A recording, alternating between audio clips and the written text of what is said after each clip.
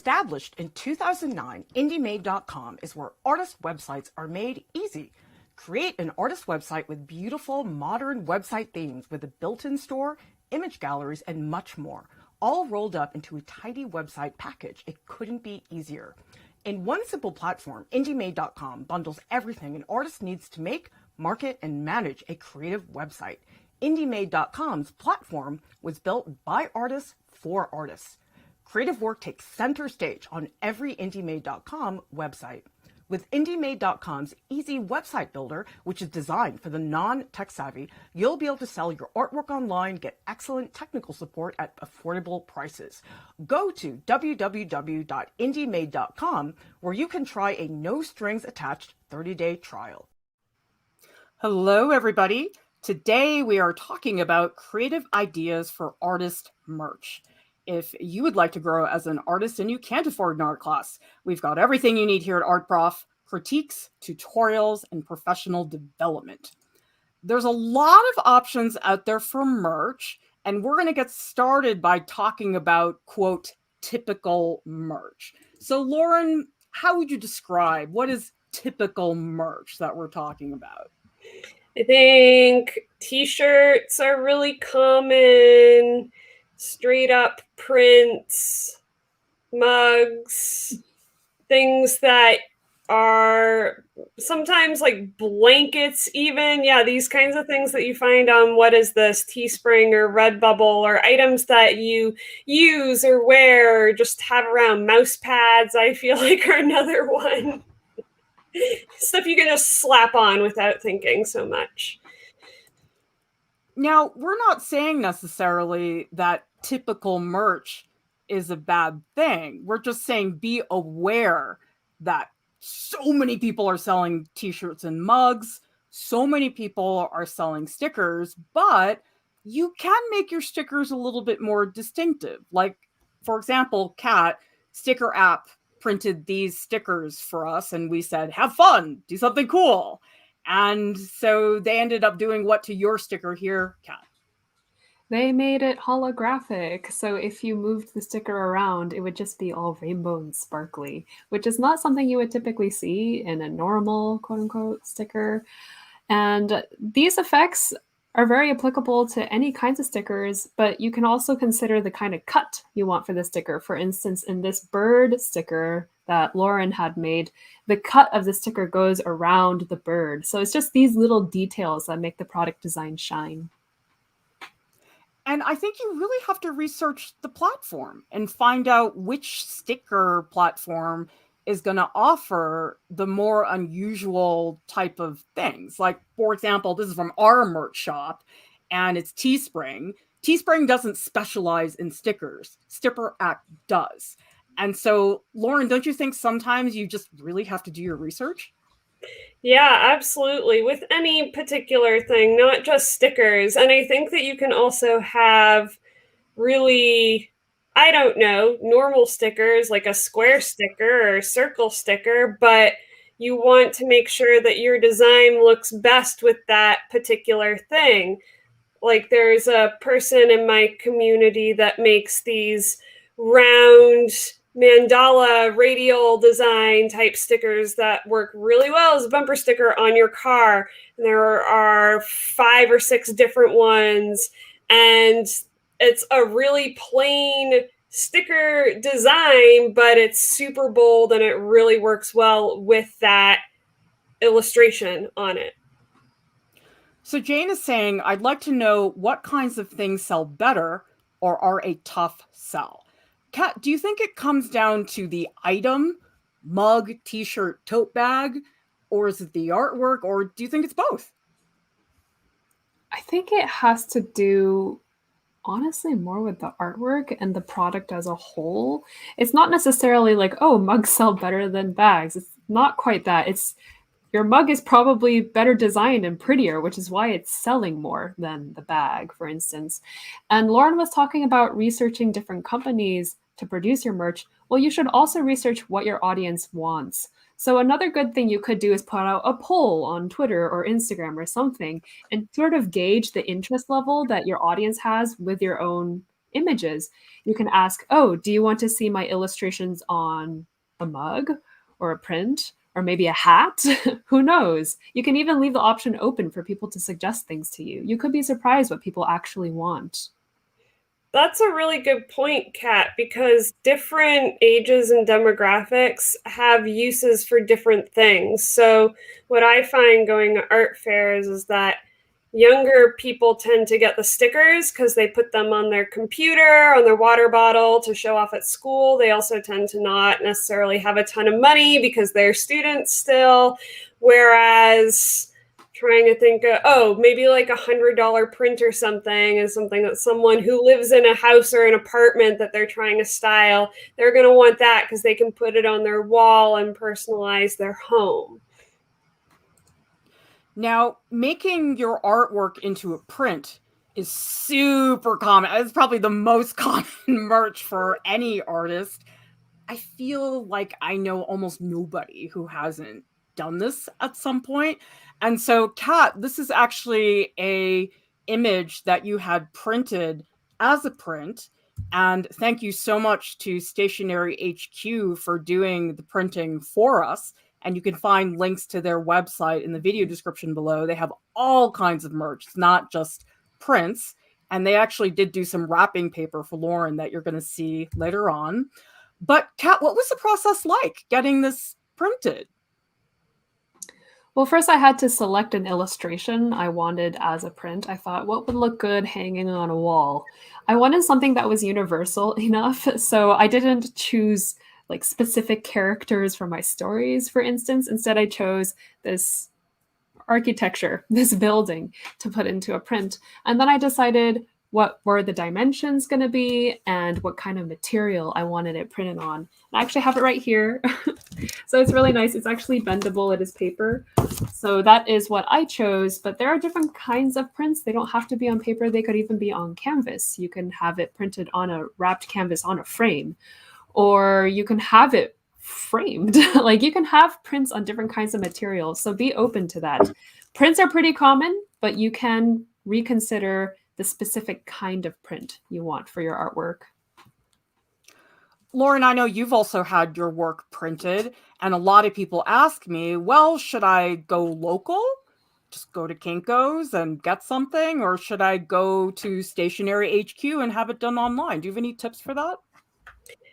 Well, yeah, definitely research your local area first because it's really good to support local businesses and local artists and craftspeople. We're all in this community together, but some communities have these things and others do not. So there are a few really good online places too. What you'll want to consider is, do you know how to photograph and scan your artwork? Do you need to hire a photographer or rent a scanner to take a really good photograph of your work? Do you know how to use Photoshop or Elements or something to make sure the image is the right specifications? Is the website user-friendly? Do you know the different types of papers? Are you familiar with that if you're using an online thing? Because you can't touch the paper, you can't see the paper when it's online. So it kind of depends on what you know or what you're comfortable with in your knowledge before doing those online types of things versus working in person. And it also depends on how much you care about the materials, and do you want to go to the print shop and feel all the papers in person? I know that's what I would want to do. Some people don't care about that. Some people really do. The other nice thing is Song Kang, whose work we're going to see in a little bit, she told me she really valued her relationship with her printer because her printer got to know her as an artist, understood what she was looking for, and online that's not so easy to cultivate. So Kat, for you, obviously Stationery HQ did these online for you, but do you think you'd go online or do you want to try local at some point? I would try local for very special prints, as in I'll probably print like 1 to, I think 50 would be my limit. And I would do those myself and I would try that out because I do want to be specific about the material, the size, the quality. But if I were to print more than 50, I would go online because that is the cost of labor no longer equals the amount I will sell that print for anymore. So I would prefer to mass produce anything online, but anything special I would do myself. By the way, we have 3 super chats here. We have the first one from Ariel, second one from Jill Kama, and a second one from Ariel, because you know what that means, all of you? You get 3 animations.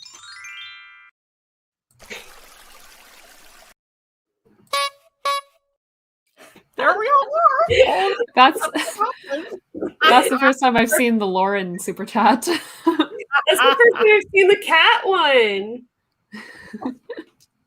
I love it. So Lauren, you've also had postcards printed, and again, Stationery HQ provided the postcards that you received. You had them printed from this marker drawing of a bird, and a postcard seems pretty easy, but you did discover there's some things you have to think about. Yeah, so I've worked with several different online printing companies because I do buy and sell my prints in bulk. And every company has different setups for their margins and their bleeds, even though they are more or less the same size or size range. It'll vary by a tenth of an inch or an eighth or a fourth of an inch, which is frustrating because when I'm making the artwork, I don't consider these things so much. I say, hey, I'm going to do this on an 8x10 because, well, one, there are frames of that exist, but 2, I just have a lot of 8x10 size boards that I'm going to work on, but that doesn't necessarily translate. So I was having some issues with finding the correct, being able to understand where the bleed was, because it wasn't directly apparent, but it was fine. It was the cards that I got were really great. I'd never done a double-sided card, so that was really fun. I usually do like greeting cards, which are a fold and open shut thing. They're thinner. This was a nice thick artist card. And so that was really valuable. And this was also a design that people had asked to have as a print like that. Maria says, business tip, do the homework, research how the product is made, how much it costs, how long it takes to be ready. Only then can you actually manage the, quote, business. Yeah, Kat, we were talking about cost, profit. Do you order in bulk? You got to do the math, correct? Correct. And there are all kinds of little costs that you might not initially think of, because all of this time that Lauren talked about, deciding the dimensions, calculating the bleed, printing out tests, whatever, that's all labor, that's all time, and that is all stuff you should calculate into your costs. And Seven Angelic brings up another tricky little cost that sometimes you wouldn't think of. It's shipping. Who is going to handle shipping the merch out? Who is handling the shipping of the merch towards you and then to the consumer? So really do your homework. Consider all costs, consider all expenses of time and money into this business. Well, it looks like Ariel wants to see all of the animations, so we're going to show you the rest of those animations right now.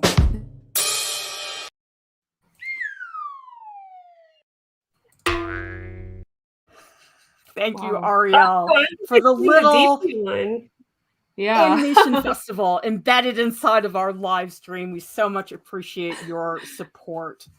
The super chats are like Pokemon. They are. Gotta catch them all. We'll need a new release soon. We'll get Deion's making another set.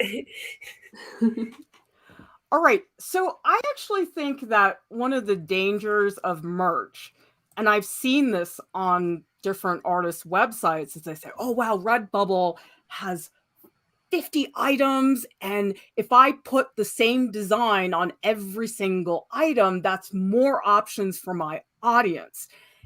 And I actually think that can backfire. Lauren, why do you think that might actually be a problem? Sometimes the design isn't really going to fit the item that you're printing on. I mean, looking at a mug is very different than looking at a t-shirt, but also when a design is on so many different things, I think there's choice fatigue for the viewer too. They're thinking, oh, there's so many of these in so many different formats. I don't know what to do. And then they leave because it's monotonous, but it's also too many choices. So, Kat, this is a mug that Stationery HQ produced for you. Why did you choose a mug to be matched with this particular image? Well, I had to consider the mug as an object, and I have it right here.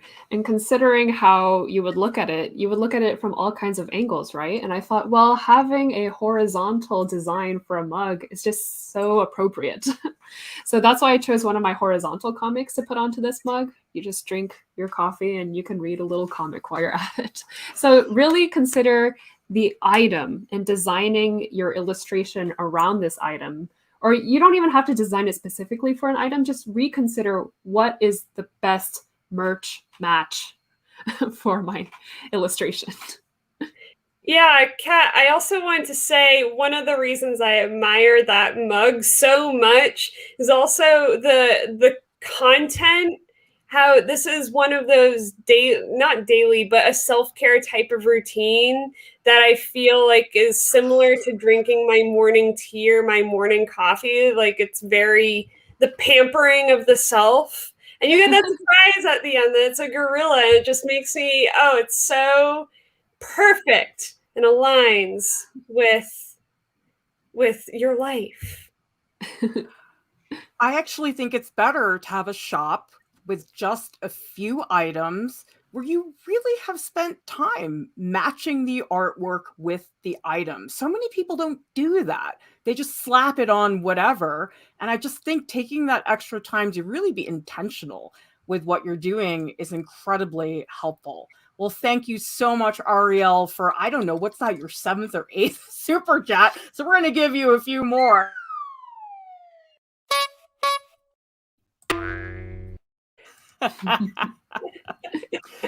So let's get into some of the more, quote, unusual merch ideas, the ones that you don't see quite as often. And one of the categories is laser cut items. And Lauren, you had these coasters created. Can you tell us a little bit about what went into this? Yeah, a laser cutter went into it. So the laser cutter is really cool because it's kind of just like a printer, the way that you print a print, except you're working on wood, and there is the etching setting where you can etch an image in. You can burn that image in basically using the laser cutter, or you can have it actually cut pieces out, which is what I do. And so you can have any number of wood products, or I believe plastic or paper or even metal. And all you need for this, I believe there are some laser cutter services online that you can use, but I just go through my makerspace and I can make these in bulk. Oh, we also have a laser cutter at my school too. And you can rent these out at different institutions or makerspace associations and rent it for a certain amount of time and just make a ton of a thing that you want. Erica says, so glad you're doing this chat. I'm a novice when it comes to this stuff, though I've worked professionally. I do find that making good merch, a lot of people don't do it immediately. I think you do need to have done it a few times to understand the process and to figure out, oh, that didn't work so well. Let me do something else. Like, Kat, is there anything you've learned about getting merch made that you might just recommend to people? It's a lot more work than you think it is. And I think the biggest merch experience I've had was selling zines of my comics. So originally I would print them out myself. I would do the InDesign tricks or whatever and print them out from my printer and then do it double-sided and then have to staple it. There was a lot of trial and error. And I had to really designate time to figure all those things out in the beginning. But the more I did it, the better I became at it. And eventually I also just found a service that did it a lot better and faster than I did. So making merch, it's a process in itself. It's very touch and go. You'll start out not comfortable with the process, but then you'll get better the more you do it. And Lauren, I know these did not happen quickly either. It took you a while to get them to the point you wanted them to be at, right? Oh yeah, this was huge trial and error. I basically had to learn how to use Illustrator in order to even make these, because you have to feed a design into the printer, the laser cutter. But it was taking me so much time trying to do this that I was always selling them at a loss because the time that I was putting in was not appropriate for what you sell a coaster for. I mean, I can't compete with the people on Etsy that are mass producing theirs and selling them for $2. I can't, because I'm staining these by hand. They need to take 15 minutes to go through the cutter, and I've eventually found some ways to cut off time on that, no pun intended, but I had to operate at a loss to learn enough to get to a point where it could start to be a gain overall. Lunar Kalat says, you have to do it a dozen times. This is very comforting. Most of the time as a beginner, I just give up. I don't know that anybody just hits it out of the ballpark the first time. I'm convinced, all of you, that if I could avoid having to do everything twice, I would be twice as productive. But the fact of the matter is nobody gets it right the first time. I mean, tell me in the chat, how many people here have ever gotten something ordered, a print, a poster, whatever, and it arrives, you're like, no, that's not what I wanted. And I imagine many artists have had that experience. When the merch arrives at their living space, they go, well, that's not what I was expecting. So it does take a lot of trial and error. Now, Kat, temporary tattoos, these are super fun. And I'm actually surprised more people don't do it. They are super fun. It's not what you would immediately think of. And honestly, maybe Deepti would have been a really good person to have on the stream too. I wanted to know what brought her to this idea, because this is actually my first time seeing temporary tattoo as merch. Well, Lauren, what do you think is attractive about a temporary tattoo? It's like a real tattoo, except there's no commitment. Looks really cool. You can get as many as you want. They're collectible. We're talking about Pokemon. I think merch is all about having that Pokemon collectible aspect, and temporary tattoos are a great way to get into that, to engage with your friends, because you can get matching ones like this, to test out different artist styles on your body. They're just fun. No commitment. I love it. The other thing is, notice that Deepti's artwork is a great fit for temporary tattoos. If you're somebody who does color gradients in Photoshop, that probably does not look as good on somebody's skin. I find that these more graphic line-based images tend to come out better because it's a temporary tattoo. It's not like it's super ultra high quality in terms of color matching and the quality of the edge of the mark. So you have to keep that in mind. But this is a great example of somebody who's really thinking, okay, what's a good format that's really going to maximize the benefits of what my artwork really shows?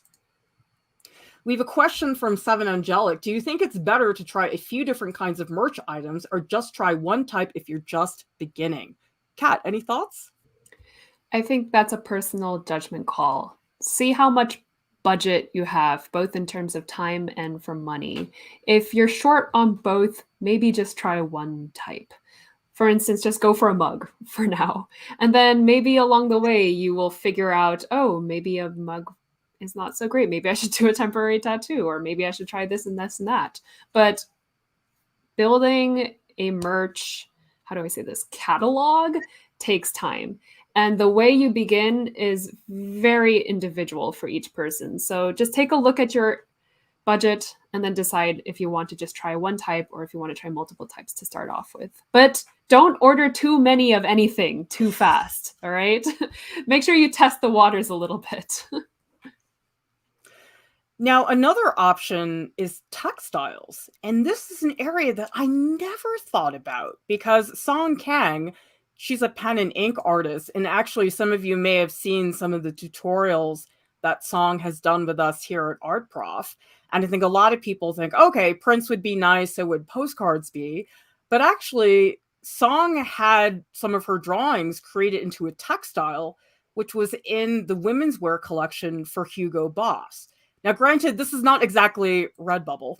This is Hugo Boss and their collection and everything, but I thought it would be a great example that not everybody thinks about it this way.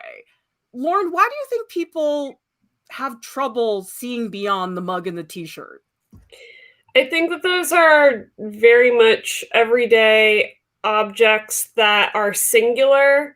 They have one job. You wear a t-shirt, you put it on your body, you drink liquids out of a mug, and it sits in your cupboard. Textiles are a little weird because it's very broad, because you're making a product that's eventually going to be turned into another product. It's sort of a weird in-between step. So it's not like you're printing a fabric, or you're making a design that will eventually be on, you don't know if it's going to be a dress or shoes or a backpack or something. You don't know. So that stuff can be, it just takes a little bit more thought and consideration, and it's few steps down the line from those initial objects. Ariel is asking, any tips for promoting one's merch? What do you think, Kat? The biggest go-to I see is social media. And that is an eventual climb. That's a longer climb. You have to build a following, and then you have to be able to promote on those platforms. But another way you can promote your merch is just being in person at art festivals or whatever places that sell art. Lauren, you actually have a lot more experience with that too, right? Do you promote your merch in person more than on social media? Yeah, well, I did a lot when I was in New Hampshire. It's been hard during the pandemic to kind of establish that network in New York. So, but it's nice, because if you go around to all those stores in your area and you make, say, a wholesale agreement or consignment agreement, then it becomes passive income. Your stuff just sits there. It's not in your storage area. You don't have to deal with it. And they sell it. And then you get the money from that. You have to factor that into your prices, because they take about half. They take a cut of it, but wherever you sell it. But it's really, I find having a balance between the online and the brick and mortar to be extremely helpful. Also, you can just wear your merch or use your own merch. And that's often people say, hey, I really like that. Where you get that? And you can say, I made it. And there's nothing cooler than being able to say that you made something that someone wants. And that is the best personal connection to make. Erica is asking a question about Redbubble. What do you think? My impression about Redbubble is that it's more a merchy platform, because Etsy I don't think about as merchy. Yeah, I'm sure people sell merch on Etsy, but Etsy's, at least their publicity campaigns are about, handmade and one of a kind. And Redbubble is like, slap your design on everything. I'm not saying that everybody does that on Redbubble, but Redbubble makes it very easy for you to do that. Etsy doesn't have that. And so I think that's, again, you have to research not just the options in the platform, but what is that platform's reputation? For example, Kat, when you think about Society6 or some of those other sites, do you have associations with certain platforms? For sure. Definitely for Redbubble, I think that is a very merchy website. And something we actually didn't talk about much in the stream is, what is the distinction between merch versus craft? And I think in this case, merch is a very mass-produced kind of thing, and it is also a side hustle. It is not your main artistic career. So, for instance, Lauren, you are a painter. You draw. You make images, but merch selling, like calendars and prints and coasters, that is your side hustle. That is not your main source of revenue. Other people, like I have friends who are metalsmithers, jewelry craftsmen.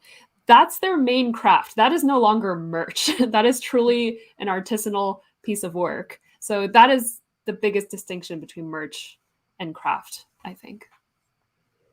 Well, here's a really great example on a specific type of promotion for merch, which is your calendars, Lauren.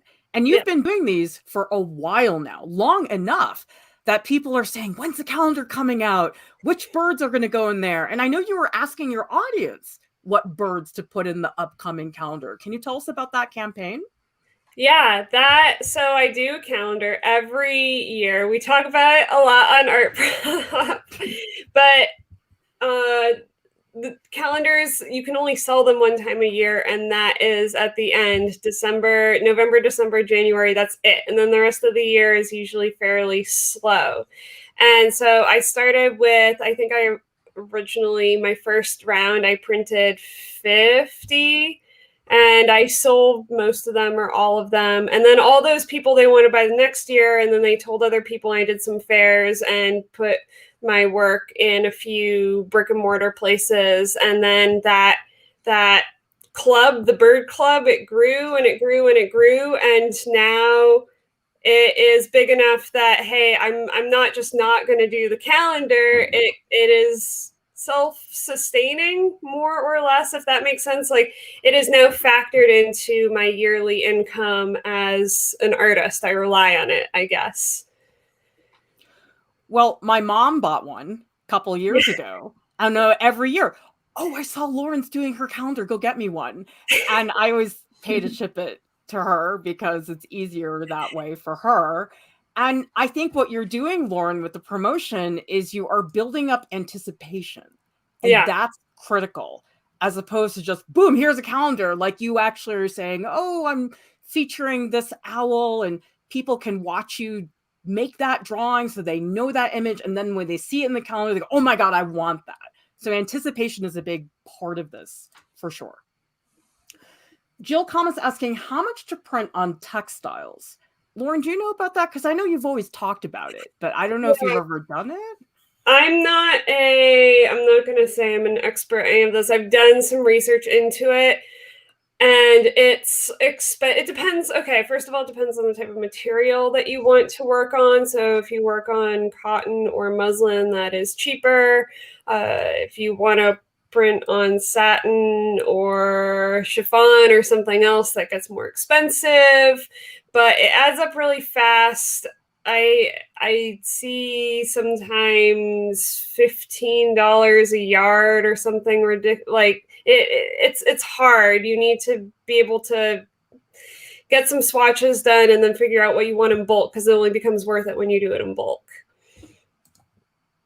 Lunar says print-on-demand sites are too saturated. I'm glad people where I'm from do not have much access to those. Zine fair folks seem to be the cooler guys here in Manila.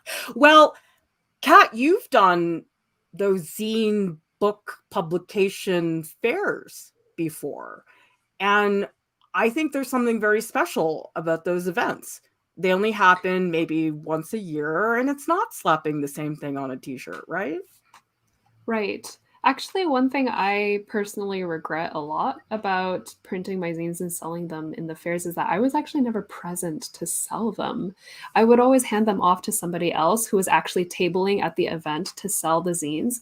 And there is a hugely personal connection when you are selling your merchandise at a fair, where you can meet the people who are actually buying your work. And that is something I totally missed. And I wish I could go back and actually just visit the fair and see who's actually buying my comics, what kind of people are buying my comics, and kind of get a better sense of the audience who's reading my work. Janice says, where do you find lists of art fairs? Just Google it, or are there any not so obvious ways? This is a question for you, Lauren. I find most of the fairs that fit me through Instagram, through people I know that have done fairs, or I look up makers in a particular state because there's this meet the maker kind of thing where artists will talk about their work, what fairs they do, all that stuff in their own promotion. So I save those in my Instagram profile, make my own list, but also I think call for entry cafe.com, that has a great list of open calls for all different types of events, not just art fairs, but art fairs are included in that. And then I think sometimes art schools also have lists of these kinds of places, especially if there's like an illustration department or some kind of department that's more into the commercial side of things. They can sometimes help you out as well.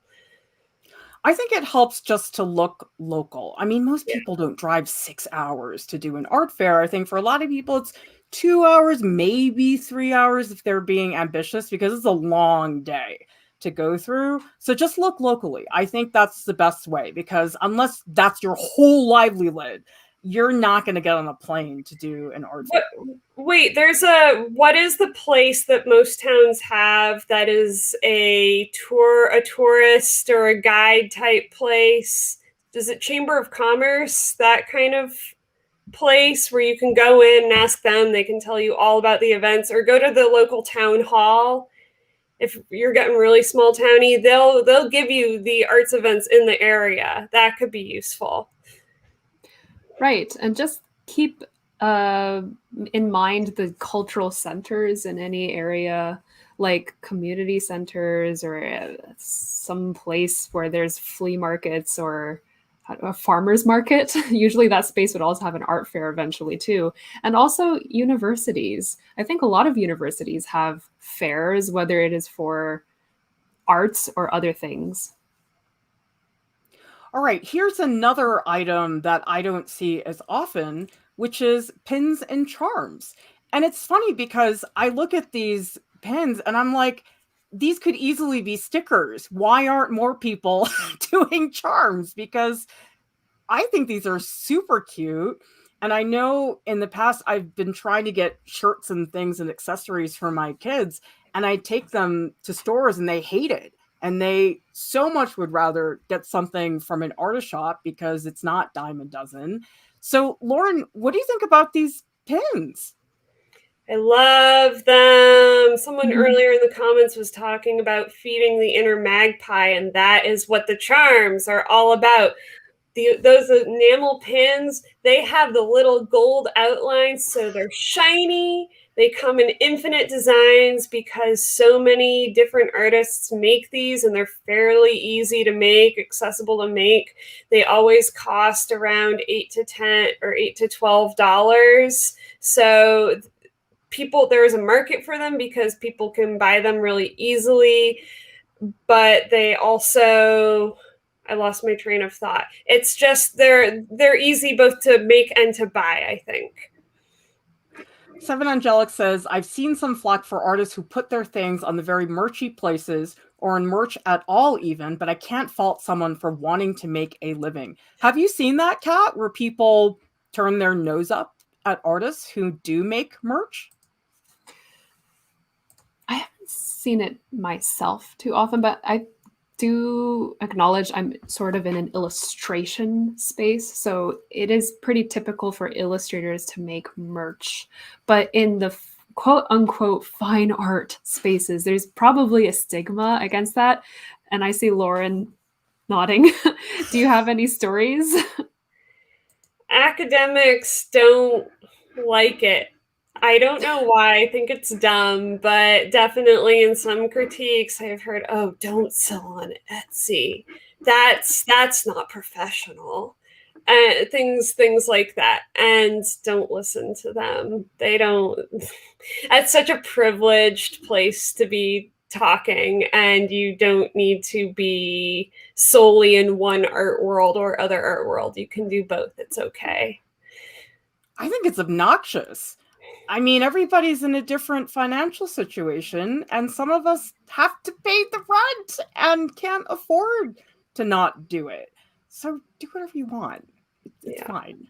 This comment by Soy Tenley made me laugh. For all practical purposes, Jeff Koons is just making expensive merch. He's making rich people merch. Rich people merch. Now, this is a piece of merch that I think is so cool, and I cannot believe more people don't do it, which is wrapping paper. And Lauren, Stationery HQ helped you out by printing one of your marker drawings. So, Yes. can you tell us about the process of doing this? Yes, I was so psyched to see that Stationery HQ offered wrapping paper because I've only done wrapping paper once before, and it's kind of like textiles. It's you are creating a pattern that you are printing on a thing that then gets used for multiple things to wrap objects, but also I use wrapping paper for collage. I use it to just give to people as a poster. There are many uses for it. So I have a folder on my computer of designs that I've saved that would work particularly well for patterns at some point if and when I learned how to make patterns. So with Stationery HQ, they are very hands-off about it, I'm going to say. You can't just stick your artwork in and have it tile automatically. I know that places like Spoonflower sometimes offer that option of several different tiling ways.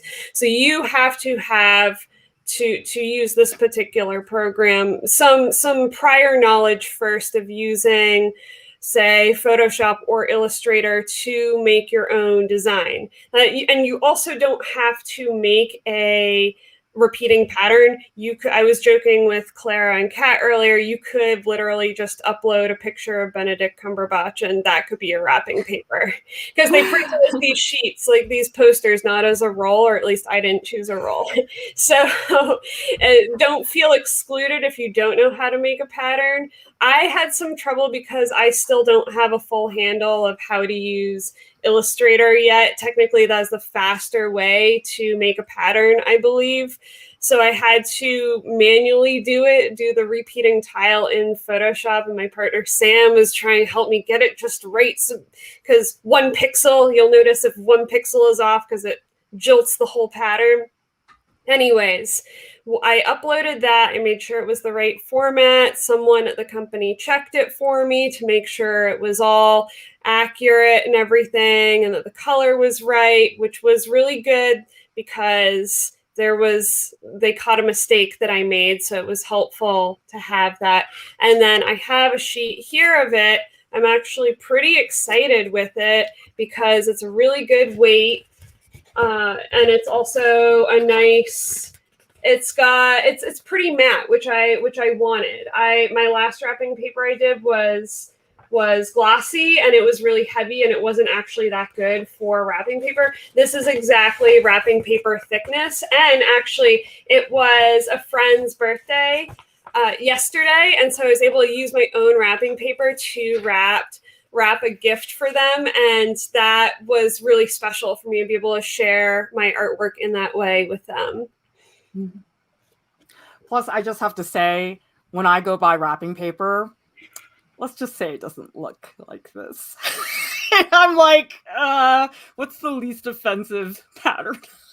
I mean, there is a whole niche of paper fanatics that collect bespoke wrapping paper or just save it and don't use it for things. My grandfather was one of those people. My parents are those types of people. It's just nice paper. It doesn't have to be for Christmas gifts. All right, let's take a look at plush, because you can get some plush items as merch. I think it's a little bit more complicated. I imagine a little bit more pricey, but Kat, you introduced me to this illustrator, Jennifer Shao, who I think you said makes almost her entire livelihood on this one cheese puff tiger keychain. Yeah, Jennifer Shao is amazing. Is so good at making merch. But apparently Jennifer Shao created this cheese puff tiger character. And I think she originally had him on a keychain or something, or a patch, but it went viral. And from there on, Jennifer Shao just made a cheese puff tiger everything. And eventually she made a keychain, which got so many orders that eventually she made a really big plush. And to this day, I think she still sells out all the time on cheese puff tiger. I love it. I've never seen these before. I want one. Well, I think this is a really good example of testing the waters a little bit, because I just wonder, what if Jennifer had started with this character and just slapped it on everything? Maybe it wouldn't have felt so special.